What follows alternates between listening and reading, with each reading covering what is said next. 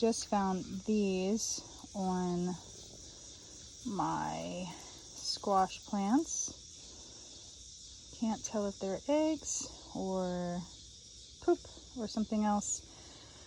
I see a couple little spots being eaten, but nothing too much.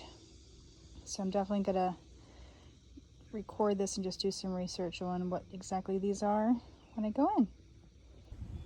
Hello everyone and welcome back to the Odious Soul. So last night I was watering my plants in the evening and I noticed that there are these like hard brown things on my squash leaves. And I was really hoping they weren't squash bug eggs, but I had never seen squash bug eggs in person. So I never realized how tough and hard, they're like little tiny crystals, like rocks, like little brown rocks on the eggs. I mean, they're itty bitty, they're tiny, they're all together. But I think I had a moment where I didn't want to believe that they could be squash bug eggs.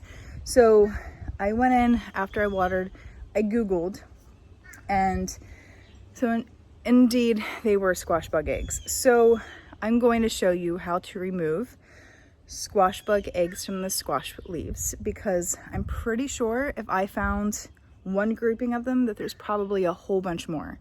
So let's see what we can find.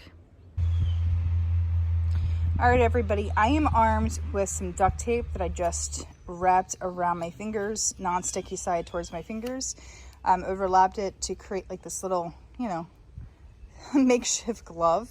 I hear this works really well on squash bug eggs. So literally we're just gonna turn these over and you can see how there are more eggs. Let me get this in focus for you guys. There, more eggs right there. Now, if I use my finger, like they're stuck on there, like they're pretty good. Like I've heard people say you could use your fingernail, but unfortunately with the fingernail, then you risk tearing the leaf, which squash bugs are more attracted to leaves with damage, you know, so you don't really want to, you know, provide them an even better environment. So I'm going to try this. Let's see here. I'm going to put this on here and I'm going to, hold on. All right, on my first try, I got these eggs off and there's still 4 more stuck near the vein, which I heard might be a problem. I did put pressure on the other side, so I'm just gonna go in and do more pressure on the inside there and try to get them all off. All right, these are all off just the front leaves of the squash plant. So only 2 groupings found on there so far, but I definitely see more right here, right there. And I see more over here, more right there. So let me get these and have some fun. You know, I can't lie, this is very, very satisfying. Oh, well, there's some down there in the corner too. This is way in the back. This is where I see like that some horn squash bugs definitely have been chomping on. You know, there's something so satisfying though about this. Remember like those temporary tattoos you would get when you were a kid? And you put them on, you make them wet, and then you gotta pull them off and you just hope all the tattoo stayed on your skin. It's kind of how I feel about all these squash bugs sticking to the tape. Back to work.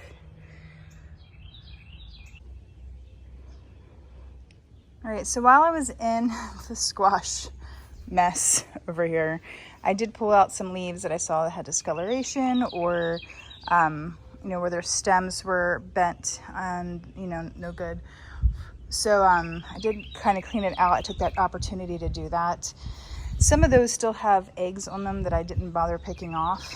But if you see here on my tape, I have a lot of eggs. I mean, just think those would all have hatched and turned into little nymphs that would attack and eat my beautiful squash and slowly destroy those leaves. Actually, with all of these, I mean, these are, it's at least 100, I don't know, hundreds of eggs that I found. So when I go in the house, I'm gonna Google to see how long it takes squash bug eggs, like when they are laid until they hatch, because I'm very curious about that, and I'll put that up on the screen here. And I will just keep an extra eye on my squash plants every time I come out here. With me working at home, thanks to COVID, well, actually I'm always remote, but with COVID, I think a lot of you probably are home more than you used to be. And you can take that time, you know, like just walk out to your garden once, twice, 3 times a day. It doesn't have to be like, let me inspect every single leaf while I'm out here. It doesn't have to be like that at all. But, you know, just come out, you know, take a look, you know, see what things are growing, see what things have changed.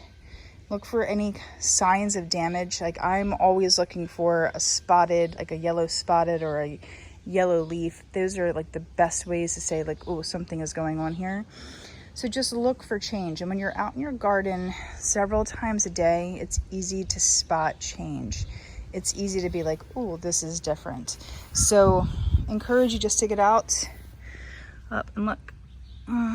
There's a little grasshopper down here on this leaf. So I think that's a grasshopper. He's gone now. I'll have to take a look, Google him later. And don't be afraid to utilize Facebook groups and Google anytime you see something that just has you curious. Like when I saw these last night, I was like, there's no way they can be squash bug eggs. They're so super hard. Like they're almost like a seed. Like they're hard. Oh, I just popped them. Oh, that might be fun, like popping like bubble wrap. But things like Google, YouTube, Facebook groups are a huge help for the beginning gardener. So take advantage of those resources. We are lucky we have that. If you're homesteading to prepare for the zombie apocalypse or to eventually one day go off grid, you may not have those resources. So use them while you do. So like I said, I'm gonna keep up. I'm gonna look at these leaves as much as I can. Look for any new signs. I did not find that mommy squash bug in here. So I'm kind of wondering where she is. I'll keep an eye out for the squash bugs. Like I said, I've already killed 3. There was 2 on the grape arbor earlier, probably about, I don't know, 3-4 weeks ago. And I did find 1 squash bug on these squash plants a week or 2 ago. So I'm just gonna keep my eye out for more predators of my plants. One more thing before I go. What to do when you find squash bug eggs or a squash bug. Well, a squash bug, you can simply just squash it. It does stink. It stinks a lot like a stink bug, only slightly different, but the same kind of overwhelming aromatic fragrance. So just be prepared for that. You can also do a bucket of water with the dish soap. You can just drop them in there. That works too. But definitely get them off your plants. If you are out there with the duct tape, you can just put the tape on the squash bug. The squash bug will stick to the tape, so that's fine. As for the eggs, get them off your plant. As you saw on my duct tape, like some of my leaves were more fragile than others, so definitely had some holes in my leaves regardless. So whether you pick them off or use tape, get them off your plants and get them away from your plants. Now I did read that you can just drop the eggs on the ground and the beetles will eat them. But I don't want them anywhere near my plants. It may be true, but what I'm going to do is I took everything up here to the burn barrel. And that's something you should always do with squash plants regardless. Don't put squash plants in your compost. They are more likely to harbor bugs like boar vine bugs, and squash bugs and things like that. And they are, it's one of those things where those bugs like to hide and can live in compost, and they love straw and hay. So don't give them a home. Always bring them to your burn barrel. And here, like we just have like an old oil barrel. More 80s morning hair, everybody. This is what we burn in. So always check your local ordinances to see if you're even allowed to. Most people are allowed a small fire pit. So if you just had to choose and just burn a few things, and you couldn't burn everything in your yard, I would definitely say make the squash plants a priority on burning. You can crumble them up. They fold into themselves very easily, so you can compact them, but definitely make sure you're burning and not saving and composting. But thank you so much for watching on my journey. And hopefully I'm inspiring you to, you know, do a little bit better in your own garden and not feel so overwhelmed. I am learning a lot of this stuff for the first time. And, you know, I'm watching a lot of YouTube videos, definitely Googling every time I see a bug or little tiny crystals on my squash plants. But it's so exciting to see things grow and to see how healthy my garden is.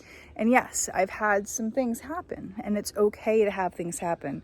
It's what you do when you see those things. It's your reaction time. The sooner you see things, the better. So that's why it's important to try to get out into your garden every day, even if it's just super quick. So anyway, I have to get to work. So I am going to harvest some veggies that are getting to be massive in size, take them in, and then get to work. So thank you for watching. I hope you have a wonderful day.